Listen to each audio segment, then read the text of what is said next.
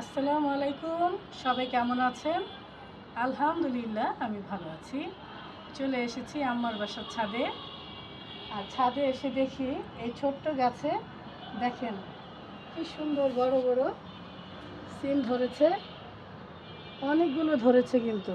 তো মাশাআল্লাহ আম্মার বাসার সিমটাই মনে হয় আম্মা আগে খাবে। আমার বাসায় এখনো সেভাবে ধরে নাই, ছোট। আর ঝিনুক দেখো, এই যে আম্মার বেগুনও হয়ে গেছে। আম্মার গাছে দেখো বেগুন কত লম্বা হয়েছে মাশাআল্লাহ দিলে। হ্যাঁ, এই গাছে কয়টা? তিনটা হয়েছে, আর এই পাশেও হয়েছে একটা। একটু দেখাও, কাছে এসে বেগুনগুলি দেখাও।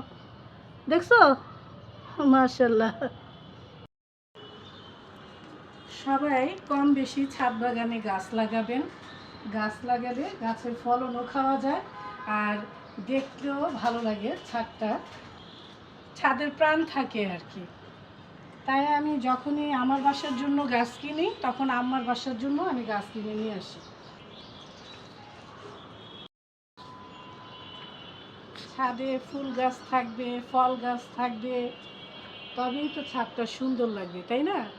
আর এই গাছের ফুলগুলো কি যে সুন্দর লাগে আমার কাছে। আর এখন শীতের দিন চলে আসছে, দেখেন এই যে এই গাছটা জুড়ে বাগান বিলাস হচ্ছে।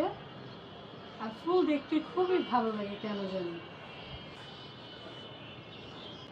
আর এই যে এই গাছটায় দেখেন আবারও লেবু ধরেছে। হ্যাঁ, কাজুলি লেবু কি সুন্দর। ওই পাশেও ধরেছে মাশাআল্লাহ। এই লেবু গাছটা একটা বড় কিছুতে দিয়ে দিতে হবে, যেহেতু ফলন হয় এটাতে ভালো, তাই না? সবাই সবার ছাদ বাগানে বেশি বেশি করে গাছ লাগাবেন। সব কিছুর এত দাম সবজির। কিছু কিছু সবজি যদি আমরা ছাদ বাগানে লাগাই, তাহলে সব সবজির জন্য বাজারে যেতে হবে না। 2-3 দিন ছাদে আসতে পারি নাই। একজনকে পানি দেওয়ার কথা বলছিলাম, সে এমন পানি দিয়েছে আল্লাহ জানে গাছটা বাঁচে কি না। হ্যাঁ, এখন একটু মাটিগুলো নিগড়ে দিচ্ছি দুইটারই। দেখছো এখনো পানি পানি ভাব আছে এখানে। এমন সব কাজ করে। হ্যাঁ, মানে কাউকে দায়িত্ব দিলে সে ঠিক মতো দায়িত্বটা পালন করে না।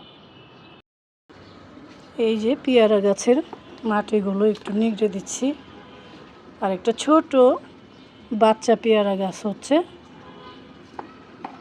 আমাদের নিচের গাছে সবগুলো গাছ আমাদের একদম বড় বড়, তো প্রবলেম কমার। উপরের গাছে সব সবজি বাগান টাগান, তাই ওইটা একটু বেশি যত্ন নিতে হয়। এই যে বড়ি গাছটা দেখো কত লম্বা হয়েছে। হ্যাঁ, সেদিন লাগিয়েছিলাম। আর এই যে ফুলও ফুটছে। পেঁপে গাছে মরা ডালগুলো ফেলে দেই।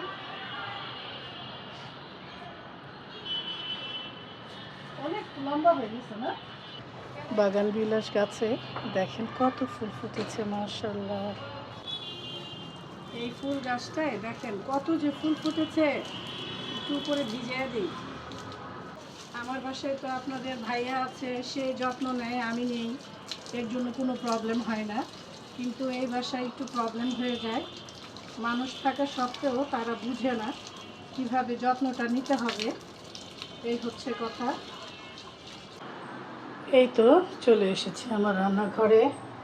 আজকে মুরগি রান্না করব। একটা দেশি মুরগি নিয়ে নিয়েছি। আর এই যে করলা ভাজি করছি,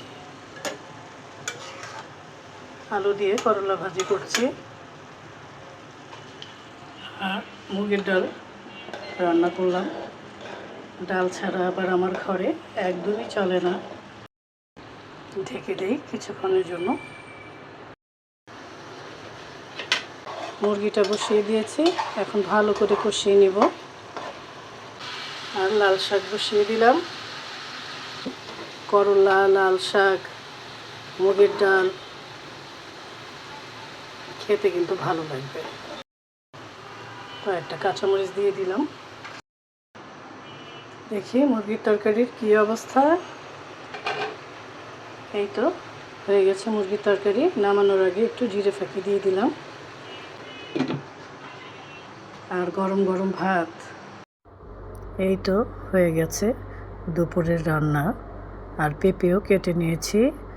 সবাই ভালো থাকবেন, সুস্থ থাকবেন, আবারও দেখা হবে, কথা হবে।